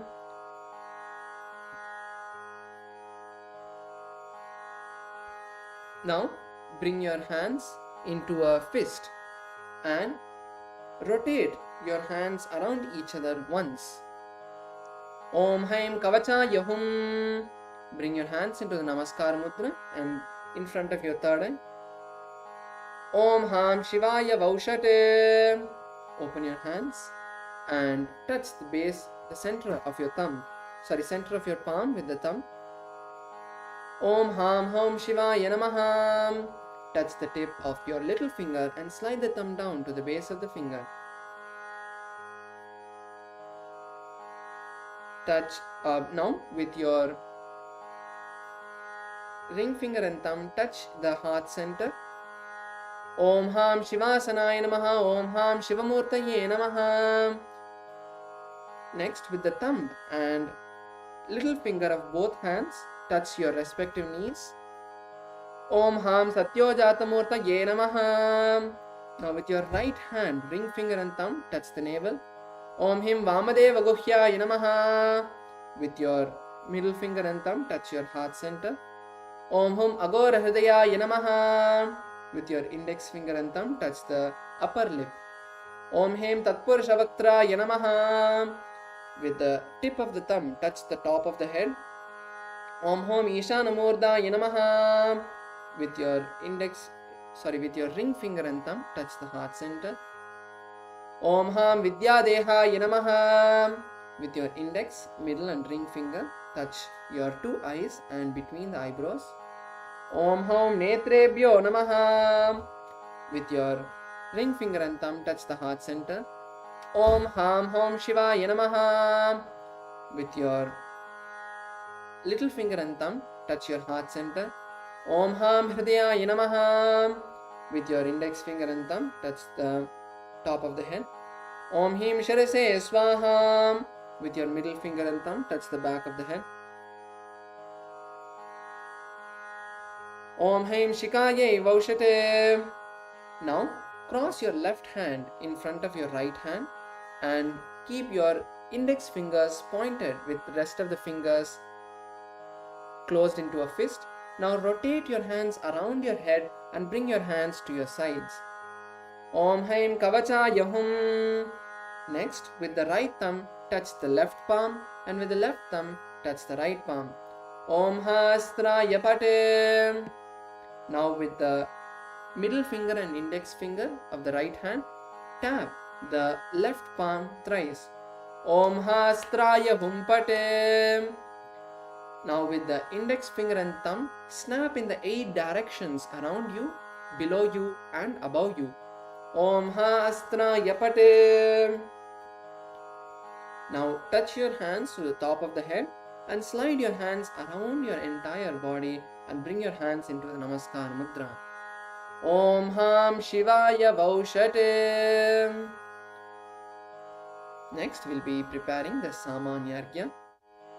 Please put some akshata, turmeric mixed rice, flowers and sandalwood paste into the Panchapatram and cover the Panchapatram with your right palm. Now we'll be chanting the pranava mantra 7 times. Om, Om, Om, Om, Om, Om, Om. Now snap in the 8 directions around the Panchapatram, below and above. Om Hastraya Pate. Next, with the index finger, rotate around the Panchapatram in a clockwise direction. Om Haim Kavachaya Hum. Now show the Dena Mudra to the Panchapatram. Om Ham Shivaya Vaushate. Next, we'll be entering into the Avahana, invoking Paramashiva's presence and requesting him to be with us as we perform the Shiva Puja. Please take a flower and offer it to the feet of Paramashiva. Om Ham Shavasana Namaha. Take another flower and keep your hands in the Namaskar Mudra, the Anjali Mudra, with the flower inside. Close your eyes and visualize Paramashiva as we chant the Dhyana Shloka, which is the mantra that represents the actual form of Paramashiva. Lalate tripundri nitila dhrita kasturi tilakaha spuranmaladhara spuritakati kaupi navasanaha dadano dushtaram shirasi panirajam shashikalam pradipa sarvesham arunagiri yogi vijayate इन्दुनिभ पञ्चमुखहस्तदशयुक्तं शूलमृगटङ्कमसि वज्रमभयं स्यात् पाशवरदाङ्कुशमणिज्वलनवामे श्वेतकमलासन सदाशिवस्वरूपम्. Offer the flower on Paramashiva. Om Ham Shivamurtaye Namaha. Now we'll be showing the various Avahanadi mudras, starting with the palms facing up. Please bring your hands in with your palms facing up. Om Ham Hom Shivaya Namaha. Shri Nityanandeshwari Paramashiva Shakti Sameta Shri Nityanandeshwara Paramashiva Namaha. ध्यायामि आवाहयामि ओम हां शिवाय नमः इत्यावाहन मुद्रां प्रदर्श्य. Now bring your palms facing downwards. Sanni Stapana. Bring your hands into a fist with your thumbs pointed up. Sannidana. Bring your thumbs into the center of your fist. Nishtara mudram pradashya. Now interlace your fingers from the inside out with the thumbs pointed up. Astraya humpat iti kalakanti mudram pradashya. Bring your thumb.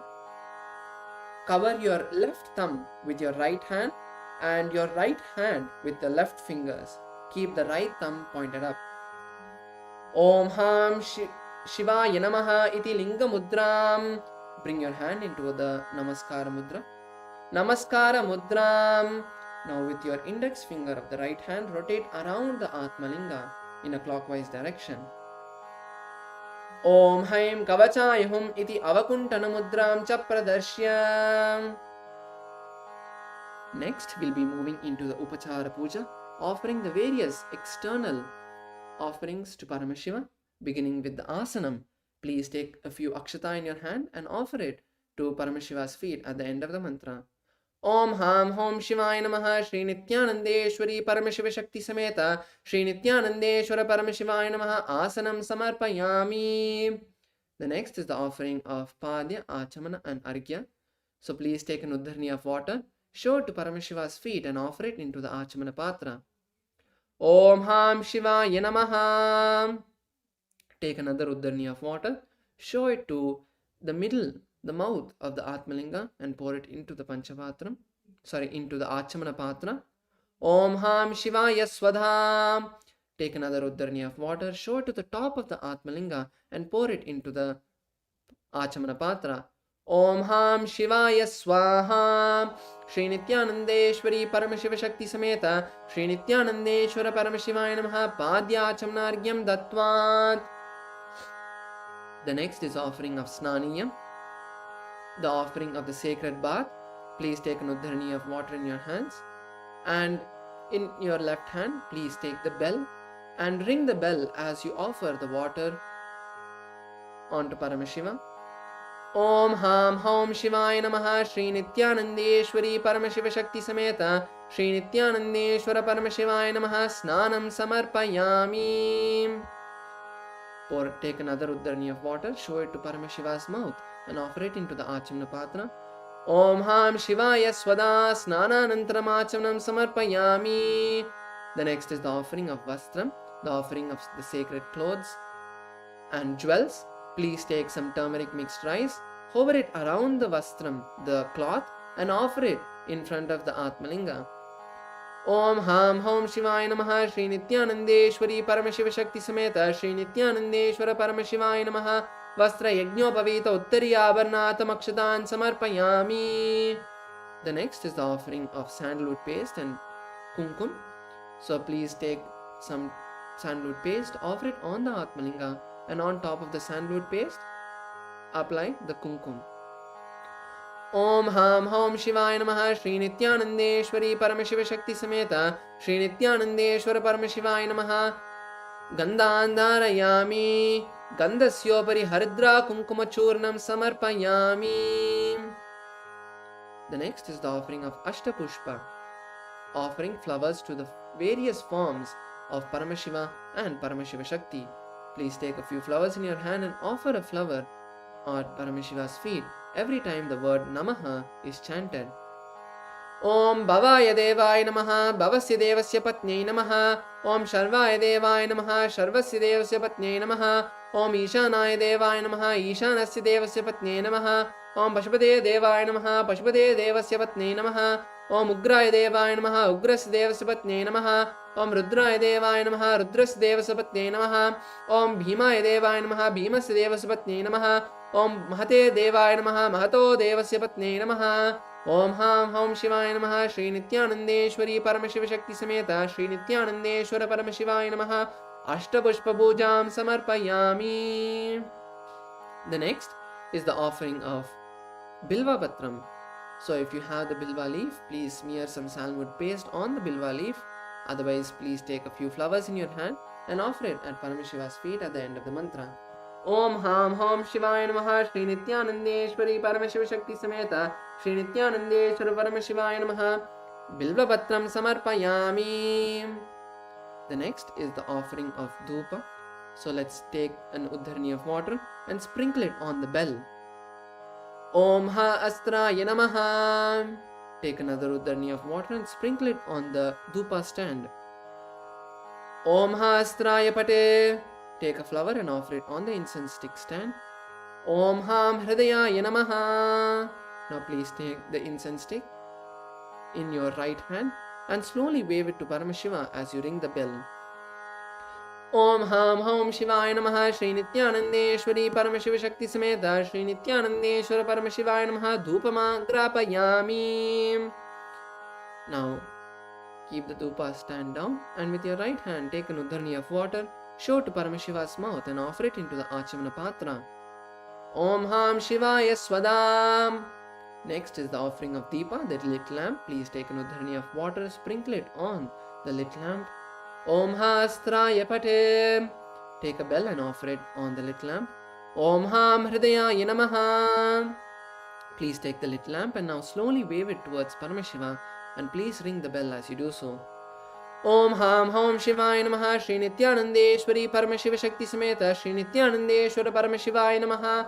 Deepam Sandarshayami. Place Deepa down, take an Uddharani of water in your right hand, show it to Paramashiva's mouth and offer it into the Achamana Patra. Om Ham Shivaya Swadam. Now next is the offering of Naivedyam, the food offering. Please take an Uddharani of water and sprinkle it on the food offering. Om Hastraya Pate. Take a flower and offer it on the food offering. Om Ham Hridayaya Namaha. Now please take an Uddharani of water, slowly hover it around the Naivedyam and offer the water, show the water to Paramashiva's mouth and offer it into the Achamana Patra at the end of the mantra. Please ring the bell as you do so. Om Ham Hom Shivaya Namaha, Shri Nityanandeshwari Paramashiva Shakti Sameta, Shri Nityanandeshwara Paramashivaya Namaha. Naivedyam Nivedayami. Take another Uddharani of water, show it to Paramashiva's mouth and offer it into the Achamana Patra. Om Ham Shivaya Swadam. The next is the offering of betel leaf. If you have the betel leaf, please take that, or else take some sandalwood turmeric mixed rice and offer it at Paramashiva's feet at the end of the mantra.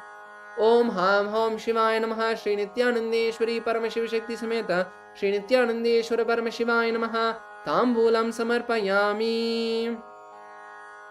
The next is the offering of Arati, the lit camphor or the lit lamp. Please take an Uddharani of water and sprinkle it on the Arati. Om Hastraya Pate. Take a flower and offer it on the Arati. Om Ham Hridayaya Namaha. Now please slowly wave the Arati towards Paramashiva and ring the bell as you do so. Om Somo Vaetasya Rajyamadatte Yo Rajasan Rajyo Vaso Me Nejate Devasuva Metani Havigamsi Bhavanti Etavanto Vai Devanagam Savaha Taevasmai Saman Prechanti Tayenam Punasuvante Rajyaya Devasuraja Bhavati Karpura Gauram Karunavataram Samsarasaram Bhujagendraharam Sada Vasantam Hridayarvinde Bhavam Bhavani Saitam Namami Bhavam Bhavani Saitam Namami Bhavam Bhavani Saitam Namami. Om Ham Hom Shivaya Namaha, Shri Nityanandeshwari Paramashiva Shakti Sameta, Shri Nityanandeshwara Paramashivaya Namaha. Karpura Neerajanam Sandarshayami.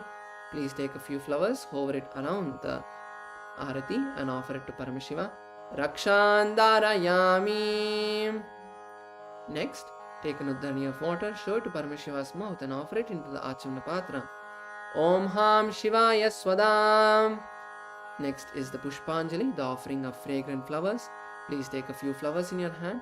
Bring your hands into the Atmanjali Mudra and offer the flowers at Paramashiva's feet at the end of the mantra. Om Ham Hom Shivaya Namaha Shri Nityanandeshwari Paramashiva Shakti Sameta Shri Nityanandeshwara Paramashivaya Namaha Pushpanjalim Samarpayami. The next is the offering of the Gayatri Mantra Japa and the Mula Mantra Japa. Let us begin with the Gayatri Mantra Japa. Please take your Yajna Pavita, this sacred string, in your right hand, hold it with your thumb, cover your hand and chant the Gayatri Mantra 11 times internally.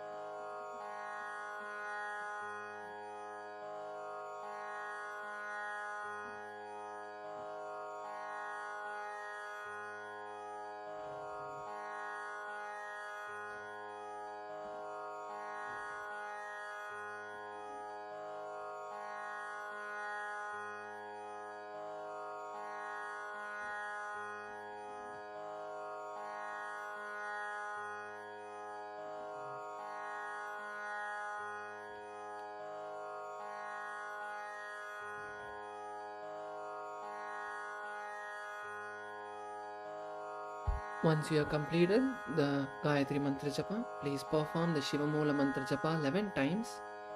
Bring your hands into the Namaskara Mudra and chant the Japa Om Ham Om Shivaya Namaha 11 times internally.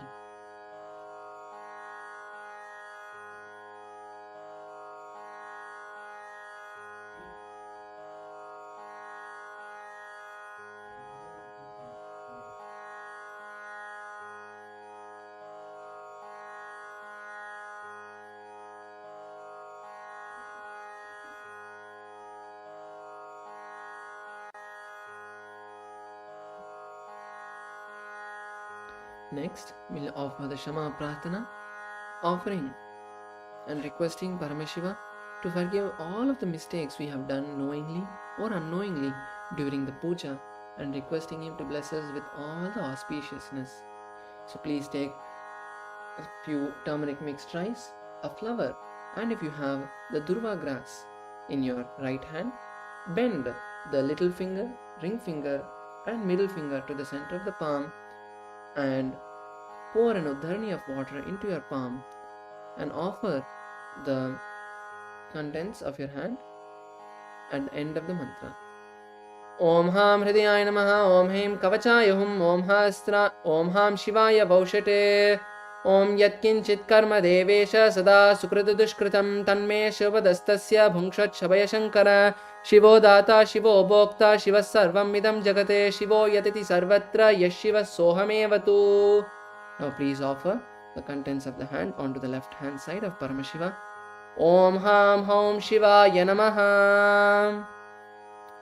Now we'll perform the Tattvachamana, the ritualistic cleansing. Bring your hands into the Gokarna Mudra, cupping the palms and bending the index finger to the center of the palm. Pour an uddhani of water into your palm and drink it at the end of the following mantra. Om Atma Tattvam Shodayami Swadam. Take another uddhani of water, pour it into your palm. Vidya Tattvam Shodayami Swada. Drink the water, pour another uddhani of water into your palm. Shiva Tattvam Shodayami Swada. Drink the water and rinse your right hand. Next, with the base of the right hand thumb, wipe the upper and lower lip from right to left. Om Ham Hridayaya Namaha. Once again, rinse your hand. Next, with the index, middle and ring fingers touch above the upper lip, below the lower lip. Once again, rinse your hand. Next, with the index finger and thumb, touch the right nostril, the left nostril. With the ring finger and thumb, touch the right eye, right ear, left ear. Once again, rinse your hands. Next, with the little finger and thumb, touch the navel, the right chest, the left chest, and with all the fingertips touch above the head, the right shoulder, left shoulder, and the heart center. Once again, rinse your hand. Now we'll be offering our final gratitude to Paramashiva and Swamiji as we chant the Purna Mantra. Please bring your hands into Namaskar Mudra and visualize Swamiji in your inner space. Om Purnamadav Purnamidam Purnat Purnamudachyate Purnasya Purnamadaya Purnamevavashishyate Om Shanti Shanti Shantihi Hari Om Tat Sat Sarvam Bhagavat Shri Nityananda Paramashiva Padukarpanamastu Om Nityanandam. Thank you all. Now all of you can perform the Namaskara to Swamiji. Thank you all. Nityanandam.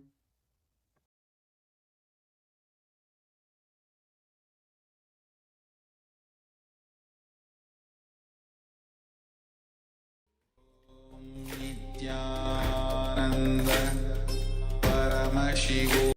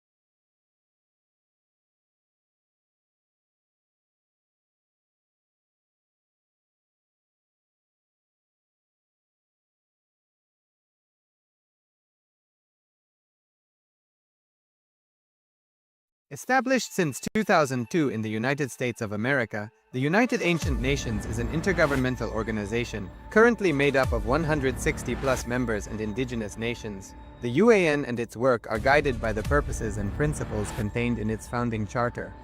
The UAN is a manifestation of the profound connection amongst indigenous peoples across the world, including African, Andean, American, European, Caribbean, Oceanic, and Asian regions, rooted in shared wisdom, sustainable practices, and deep reverence for the earth.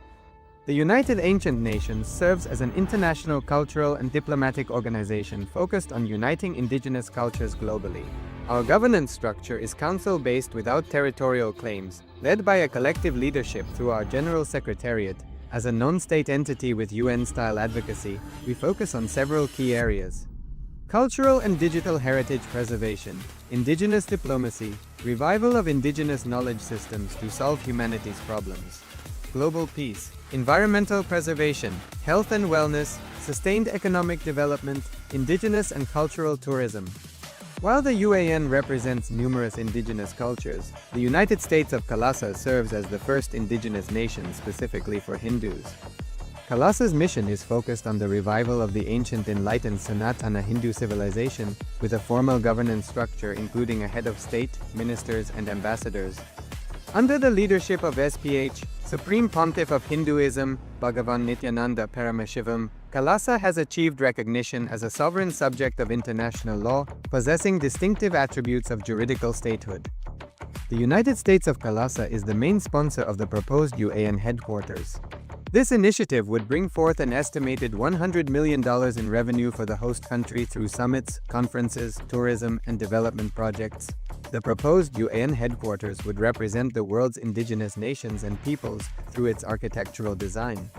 It would blend the best of all worlds, featuring top modern architecture, the highest green building standards, and ancient Vastu architectural principles. This headquarters would serve as a central hub for indigenous diplomacy, cultural preservation, and collaborative efforts towards sustainable development and global peace. Through this initiative, we aim to create a dignified platform for indigenous leadership rooted in ancestral wisdom, cultural legitimacy, and collaborative innovation, enhancing global dialogue and regional stability. The establishment of the UAN headquarters would position a host country at the forefront of a global movement promoting indigenous wisdom while creating significant economic opportunities for the nation and its people.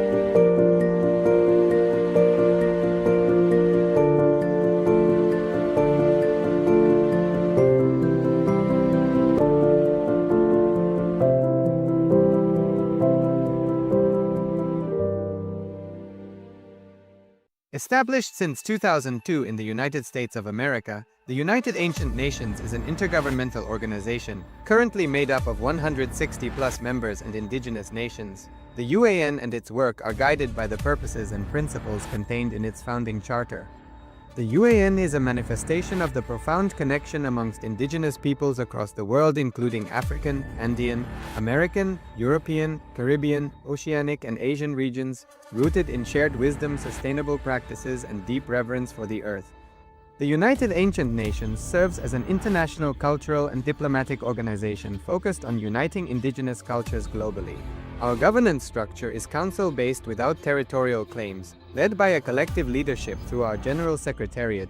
As a non-state entity with UN-style advocacy, we focus on several key areas: cultural and digital heritage preservation, indigenous diplomacy, revival of indigenous knowledge systems to solve humanity's problems, global peace, environmental preservation, health and wellness, sustained economic development, indigenous and cultural tourism. While the UAN represents numerous indigenous cultures, the United States of Kailasa serves as the first indigenous nation specifically for Hindus. Kailasa's mission is focused on the revival of the ancient enlightened Sanatana Hindu civilization, with a formal governance structure including a head of state, ministers, and ambassadors. Under the leadership of SPH, Supreme Pontiff of Hinduism, Bhagavan Nityananda Paramashivoham, Kailasa has achieved recognition as a sovereign subject of international law, possessing distinctive attributes of juridical statehood. The United States of Kailasa is the main sponsor of the proposed UAN headquarters. This initiative would bring forth an estimated $100 million in revenue for the host country through summits, conferences, tourism, and development projects. The proposed UAN headquarters would represent the world's indigenous nations and peoples through its architectural design. It would blend the best of all worlds, featuring top modern architecture, the highest green building standards, and ancient Vastu architectural principles. This headquarters would serve as a central hub for indigenous diplomacy, cultural preservation, and collaborative efforts towards sustainable development and global peace.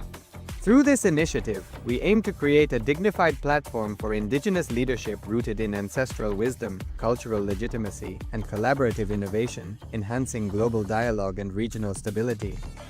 The establishment of the UAN headquarters would position a host country at the forefront of a global movement promoting indigenous wisdom while creating significant economic opportunities for the nation and its people.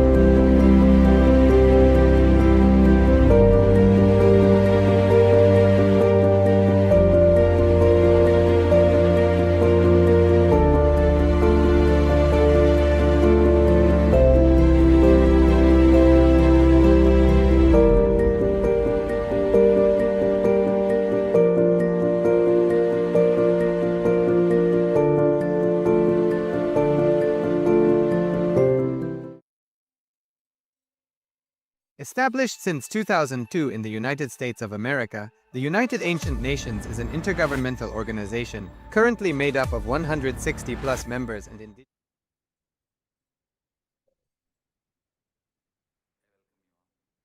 नित्यानन्दं परमसुखदं केवलं ज्ञानमूर्तिं द्वन्द्वातीतं गगनसदृशं तत्त्वमस्यादिलक्ष्यम् एकं नित्यं विमलमचलं सर्वधी साक्षिभूतं भावातीतं त्रिगुणरहितं सद्गुरुं तं Namami.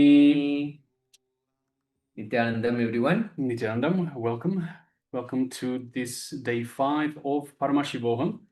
And we're up against another exciting day of powerful revelations, cognitions, processes, initiations, and the darshan of the Supreme Pontiff of Hinduism, Bhagavan Chaitanya Paramashivam, manifesting as the Ardhanarishvara Murti as well. So we'll be having continuously power manifestation sessions, being in that space, remaining in that space of oneness with Paramashiva and experiencing the ultimate. So we welcome each and every one of you who are here in Zoom joining us for today's sessions, and also those of you who have joined us by YouTube. We welcome Sharmaine Muse, Nityanandam, welcome. Welcome to the program. Sri Vishwanathan Ayya, welcome Ayya to the program, and so many others who are just logging in, and there's just one more person who has just joined in. We are not able to read the name, but welcome to the sessions. We are so glad and happy that you're here and going along in this journey of Paramashivoham, expressing and radiating our Paramashivatva, our original state and space of being Paramashiva. So we just finished the Nityananda Yoga and the Guru Puja and Paramashiva Puja today. And by sitting in that space of oneness, we connect with Paramashiva, being in oneness with Paramashiva, being Paramashiva, we continue to express and radiate the presence of Paramashiva. Just a moment while we are... Established since 2002 in the United States of America, the United Ancient Nations is an intergovernmental organization, currently made up of 160 plus members and indigenous nations. The UAN and its work are guided by the purposes and principles contained in its founding charter. The UAN is a manifestation of the profound connection amongst indigenous peoples across the world, including African, Andean, American, European, Caribbean, Oceanic, and Asian regions, rooted in shared wisdom, sustainable practices, and deep reverence for the earth. The United Ancient Nations serves as an international cultural and diplomatic organization focused on uniting indigenous cultures globally. Our governance structure is council-based without territorial claims, led by a collective leadership through our General Secretariat. As a non-state entity with UN-style advocacy, we focus on several key areas: cultural and digital heritage preservation, indigenous diplomacy, revival of indigenous knowledge systems to solve humanity's problems, global peace, environmental preservation, health and wellness, sustained economic development, indigenous and cultural tourism. While the UAN represents numerous indigenous cultures, the United States of Kalasa serves as the first indigenous nation specifically for Hindus. Kalasa's mission is focused on the revival of the ancient enlightened Sanatana Hindu civilization with a formal governance structure including a head of state, ministers, and ambassadors. Under the leadership of SPH, Supreme Pontiff of Hinduism, Bhagavan Nityananda Paramashivam, Kalasa has achieved recognition as a sovereign subject of international law, possessing distinctive attributes of juridical statehood. The United States of Kalasa is the main sponsor of the proposed UAN headquarters. This initiative would bring forth an estimated $100 million in revenue for the host country through summits, conferences, tourism, and development projects. The proposed UAN headquarters would represent the world's indigenous nations and peoples through its architectural design. It would blend the best of all worlds, featuring top modern architecture, the highest green building standards, and ancient Vastu architectural principles. This headquarters would serve as a central hub for indigenous diplomacy, cultural preservation, and collaborative efforts towards sustainable development and global peace. Through this initiative, we aim to create a dignified platform for indigenous leadership rooted in ancestral wisdom, cultural legitimacy, and collaborative innovation, enhancing global dialogue and regional stability. The establishment of the UAN headquarters would position a host country at the forefront of a global movement promoting indigenous wisdom while creating significant economic opportunities for the nation and its people.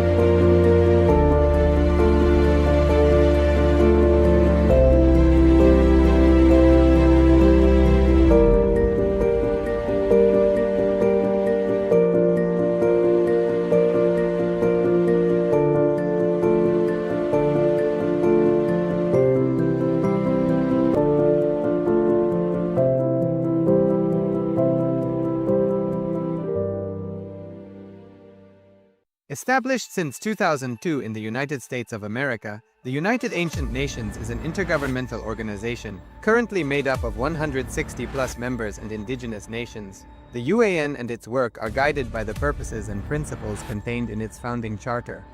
The UAN is a manifestation of the profound connection amongst indigenous peoples across the world, including African, Andean, American, European, Caribbean, Oceanic, and Asian regions, rooted in shared wisdom, sustainable practices, and deep reverence for the earth.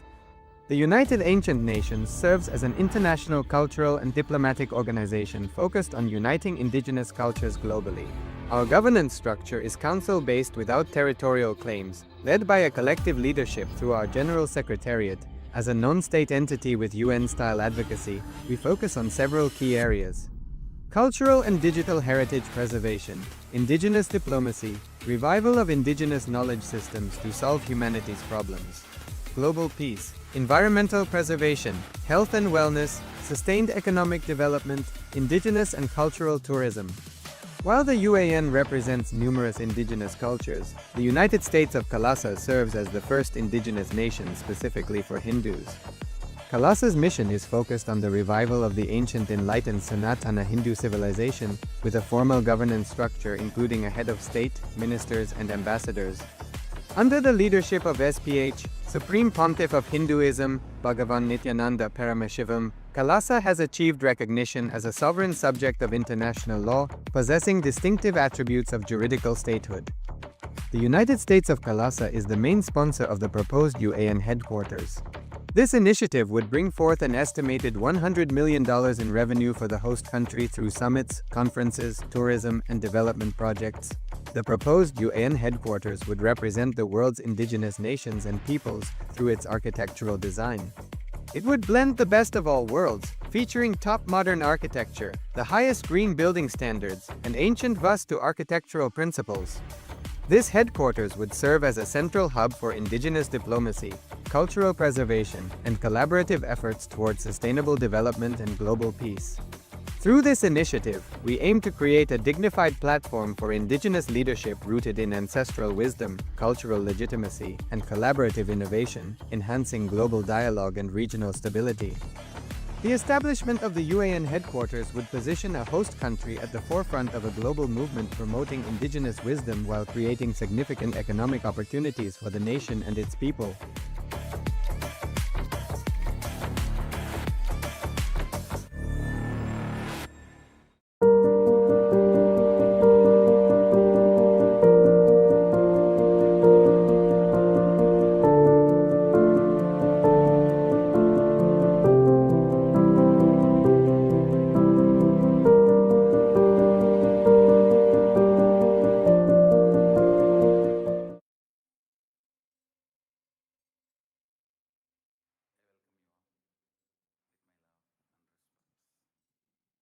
Yes. Yes, sorry about the technical glitch. We had a few technical glitches we're still working on.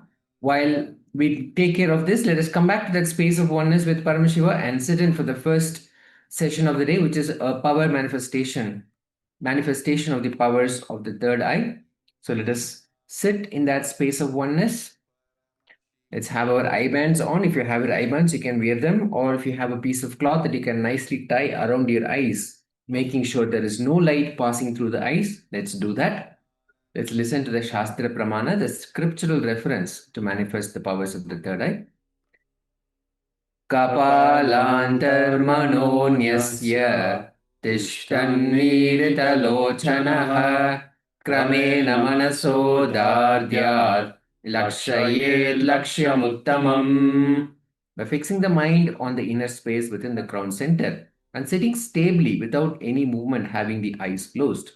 In succession, by that stability of the mind and inner space, one directly sees the ultimate goal by having the vision beyond the sight that reveals any object or place, attaining the space of oneness with the source, Paramashiva. Now, Swamiji, the Supreme Pontiff of Hinduism, has blessed us all to be in that space of oneness with the source, Paramashiva. He has initiated all of us to be in that space. So let us simply sit, manifest Paramashiva with the intention to manifest all the powers of Paramashiva.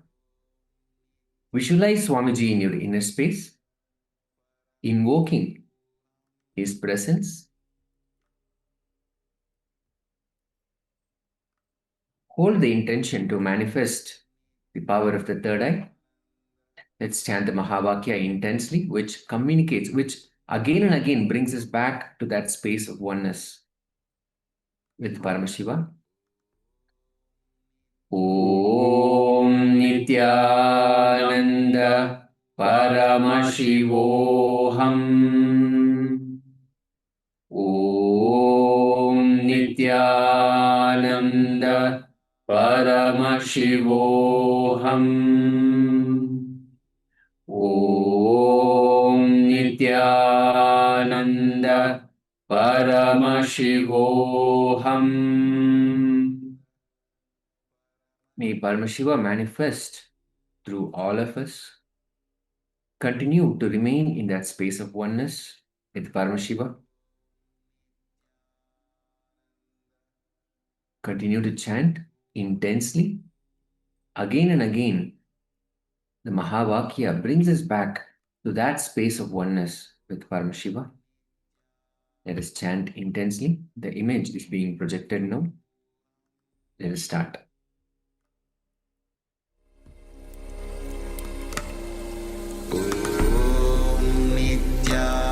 Nityananda Paramashivoham.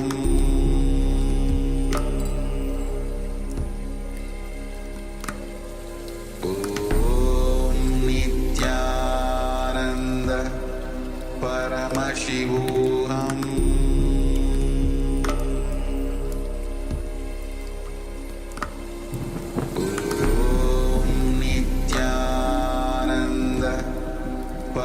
Paramashivoham.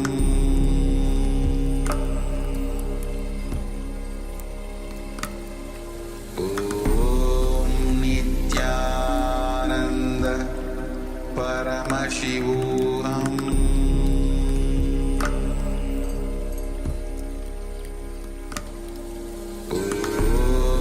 Nityananda Paramashivoham. Paramashivoham.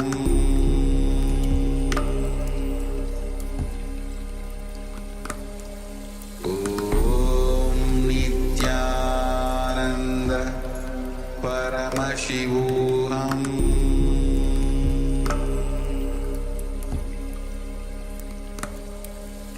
Om Nityananda Paramashivoham.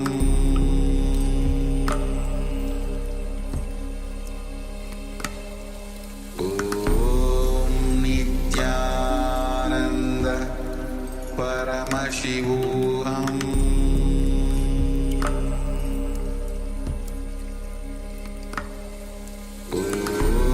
Om Nityananda Paramashivoham. Om Nityananda Paramashivoham.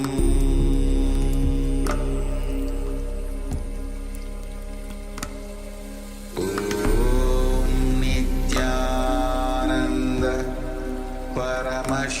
Paramashivoham. Om Nityananda Paramashivoham.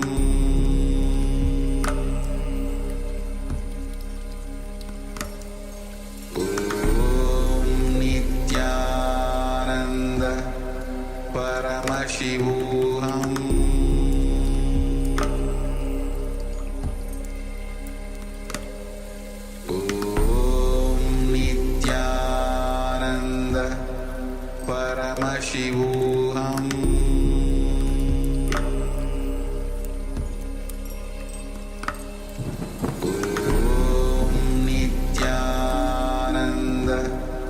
Paramashivoham.